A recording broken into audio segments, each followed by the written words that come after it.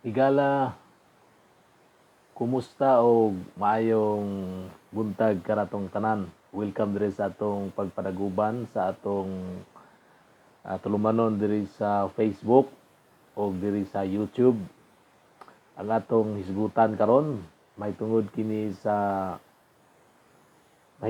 sa kaalam sa Dios niining mga ah, katapusang mga kapanahunan nga daghan kayong mga kalisdanan ug daghan ang mga pangutana ug daghan ang mga inunta talagsahong panghitabo nga maka pahadlok sa mga tao. O daghan kayong mga tao karon nga daghan kay pangutana about sa religion, about sa future o kanang daghan kayong nag-search ba sa kabatuoran. So ang atong isgutan karon mao ang kaalam sa Dios nga ma-apply sa atong kapanahonan labi na niining panahon sa pandemic. Pero kini nga kaalam mao kini ang kaalam nga magdala nato sa pagsimba sa Dios alang sa mga tinuod nga mga magtotoo. Di ko maglangan akong hisgutan ang text sa Bible nga atong pag batbaton karon. Makita kini sa Roma 11:33 ngadto sa 36. Akong basahon sa Bisaya. Matod pa diri, o ang kahilabihan gayud sa kadagaya ug sa kaalam ug sa kahibalo nga iya sa Dios pagkadili matugkad sa iyang mga paghukom ug pagkadili matukid sa iyang mga paagi. Kay kinsabay nasayod sa unahuna sa Ginoo ug kinsabay iyang magtatambag ug kinsabay naghatag kaniya gasa aron kaulian siyag balos. Kay gikan kaniya ug pinaagi kaniya ug ngadto kaniya mao ang tanang mga butang kaniyang himaya hangtod sa kahangturan. Amen. Naho kini nga verse may medyo bugat ni nga pagkasulti no. Ngani mga pipila ka mga theologians hangtod karon nagsige pag-discuss ini kay kan kay ni bugat kay ni siya nga statement ug ngani nahimo ni siya doxology kaning pulo nga kay gikan kaniya ug pinagi kaniya ngadto kaniya mao ang tanang butang nahimo ni siyang doxology sa mga Protestant churches. So ato ning ayuhon og plastar sa context nga gusto na ipasabot nga kaalam sa Dios taliwala nining kapanahunan sa pandemic daghan kay pangutana about sa religion, about sa morality, about sa ethics, about sa mga social issues o even political and economic issues na gisgutan nini kay generalize mo pud nga statement na ison kining may tungod sa espirituhanong kaalam. Una sa tanan ato sa ning batbaton o kahilabihan gayud kadagaya ug sa kaalam ug sa kahibalo nga iya sa Dios. So makita nato diri nga dili matugkad ang knowledge sa Ginoo bisan pa sa in terms sa scientific nga discovery nato di ginato wala pay nakatugkad. Although karon ang mga tao magpakaron ingnon nga kabalo pero hantod karon dili pa gyud matugkad. Wa pay nakatugkad sa kahibalo sa Dios. Pagkadili matugkad matud pa diri sa verse 33 pagkadili matugkad sa iyang paghukom o pagkadili matukid sa iyang paagi. So ako nakamit na kog mga tao nga bright kayo mo interpret og mga event sa kalibutan, event sa history, bright kayo mo interpret og mga legal nga mga statement o mga political nga mga mga political statement no kanang mga political principles may kay silang hubad na may kay silang bubat-bat og mga statement sa constitution wala lain yung mga tao labi na kung babasa na to na sa diha sa kanang mga articles ditaw sa kanang may manulat diha sa mga editorial o mga opinion mga batan-on pag gani uban na sa uban nga mga gulang na napayuban nga mga religious organization mga dagkog mga posisyon sa mga religious organization sama sa mga religious leaders no. So bisan sa akong nabasa nga ilang kahibalo hantod karon nagtuo ko nining giingon diri sa Bible nga dili pa gyud batugkan nato ang kahibalo o paghukom sa Dios.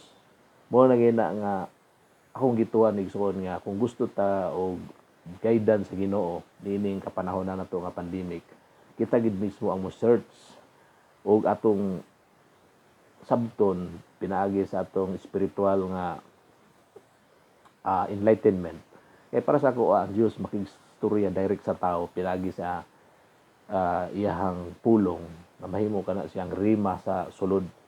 Kaya kung magsalig lang ta sa kanang mga interpretasyon sa uban, mga ilahang mga theological nga mga discussion o mga theological nila nga mga interpretation, posible nga mahimutang religious expert, pero di na to makuha ang point nga gusto ipaabot sa Ginoo nga ma-apply sa atong kapanahonan. Kay mingon siya diri, kay kinsa ba ang nasayod sa hunahuna sa Ginoo? So, bisan pag mga scientist ug atong mga genius nga mga nagtuon sa sinsya, hantod karon mo gid nila maapas ang kahibalo ug sa Ginoo. Usa ni ini ang katong banggiitan nga scientist nga si Isaac Newton. Although kato siya medyo theologian man sa to siya, believe man gyud ang modern science sa mga principles nga na discover ni Isaac Newton. Pero kadto siya gisuwayan, theologian to siya, iya yung gisuwayan og basa-basa ang mga prophecy sa Bible, kay medyo na-obsess siya ato, pero eventually wala gyud niya nasabti. Si René Descartes, usa ka banggiitan pod ka French philosopher, ngani siya ang nagsultian ng I think therefore I am, mo nga statement nga gihatag niya. So nituo siya nga nag-exist siya tungod kay nagunhaw na man siya sa iyang kaugalingon, nakaila siya sa iyang existence, consciousness. Now magisgutag mga inana nga mga term nagisbalik ta sa mga religious nga mga jargon pareha sa Buddhism, sa uban nga mga Eastern religion o mga Western religion, philosophies, mugamit na ng mga word nga mga consciousness, mga unsa pa na, mugamit na ng word nga universal consciousness, mugamit na ng mga word nga powerful, mugamit na ng mga word nga one spirit, o sa unsa nga klase sa kuan, no?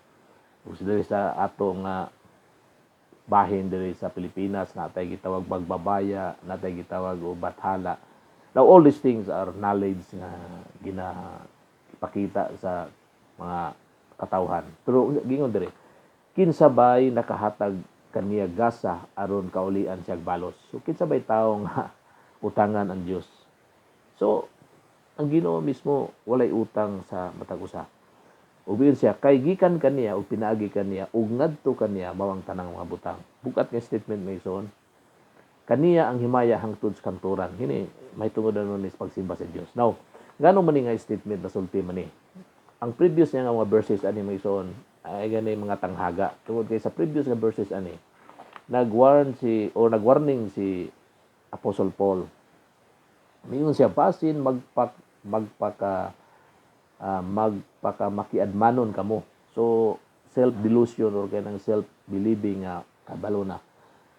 Diha sa inyong kagalingong pangunahuna, usahay magud sa matintal ta nga kabalo na ko. Buot ko maigsoon nga inyong masabtan ang tinago. So na mga butang nga dili ginato matugkad. Kay mga tinago pero ipadayag sa Ginoo sa insaktong panahon o bisan sa pag-apply nato sa atong galingon. Kay I know maigsoon nga ang pag-apply sa Bible kinahanglan nga specific nga i-apply na sa imuhang kinabuhi. Mingon diri nga ang katig-a sa usa ka bahin sa Israel hangtod sa panahon nga mahisulod na ang hingpit nga ginaghanon sa mga Hentil, meaning naay panahon nga muundang na. So mingon siya nga ang katig-a anha sa usa ka bahin sa Israel hangtod sa panahon, meaning naay limit. Now mao ni siya ang gisgutan niya kay naay sekreto ug anus matangtang ang gapos sa kaluwasan sa mga Israelites. I believe nga ang Bible lagi yun gihapon nga wala nay Hudyo, wala nay Hentil, wala nay slaves, tanan equal diha kay Kristo. So I believe nga sa atong mga kabug-aton sa putay tungod sa kaluwasan sa atong mga pinalangga, nagpasig gihapon na sa kabubuton sa Ginoo sa atong kinabuhi.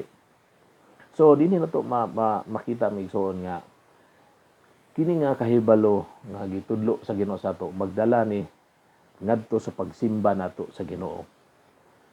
Kay gikan kaniya, siya may nagbuot ining tanan.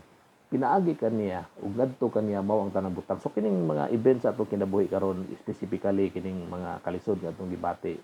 Actually, more on pag-interpret raman nato ni kining kalisod, wala man jud ni nahitabo in the actual. Giunsa nato ni gi-interpret lang nato ni ngay nani. Actually ni ata nagpuyo sa panahon nga tanang butang naa na sa atong makamot. Pero usay gi-interpret nato nga napatas makalisod. Although wala na ko gi-deny nga naay pandemic karon, pero I believe nga ang Dios sama sa kaniadtog hantod karon nagpanlihok siya. Kay matud pagikan kaniya ug pinaagi kaniya ug ngadto kaniya. Kini hitabo sa atong kinabuhi. Tingali sa imong kagalion karon igsuon naay mga butang nga dili nimo matugkad. Pero ay kabalaka na kay part kana sa mga misteryo sa Ginoo ug part kana sa iyahang kaalam nga dili nato matugkad. Kay kinsa bay nagsayod sa hunahuna sa Ginoo ug kinsa bay mutambag niya nga mo na ipahimo niya sa imong kinabuhi. Wala man tay ability nga mutambag sa Ginoo. Ug kinsa bay maka demand sa Ginoo nga dapat ihatag ni sa ato aning ma-enjoy kay parang murag balo sa gihimo nato sa Ginoo. Wala man ta nakuha mo ang Dios nakautang sa ato. So migsoon medyo ni taas nang atong pag-discuss nini. Hinangod ko nga kining atong kaisgutan karon maghatag kini kadtong espirituhanong kaalam ug ako kang gihangyo nga muduyog sa ako pinagi sa pag-ampo, makampo ta migsoon. Langitong amahan gisimba kanamo uban sa pulong sa apostol, pinagi ka Apostol Pablo. Giisa namo ang iyang pangalan tungod sa imong gugma ug kasuko. Gidayeg ka namo tungod sa imong kaluoy ug pagsilot ug malipayon kami sa imong mga malamong paagi ug matinud-anong grasya. Labaw pa kaming mapasalamaton kanimo tungod kay gitugyan mo kami ni Kristo aron mahimo kaming imong mga pinalanggang mga anak. Amen. Maigsoon ug napanalanginan kini dayga ang Dios pinaagi nini nga pulong o salamat sa imong pagpaminaw o God bless.